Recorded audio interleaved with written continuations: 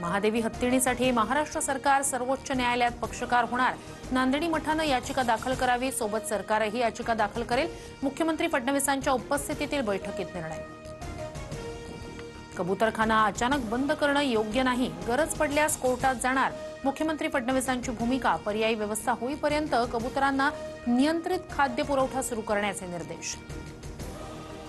शिवसेनेचा बाप मीच या वक्तव्यावरून भाजप आमदार परिणय फुकेंची दिलगिरी। कुणाला दुखवण्याचा माझा हेतू नव्हता, माझ्या वक्तव्याचा विपर्यास करण्यात आला, फुकेंचं स्पष्टीकरण।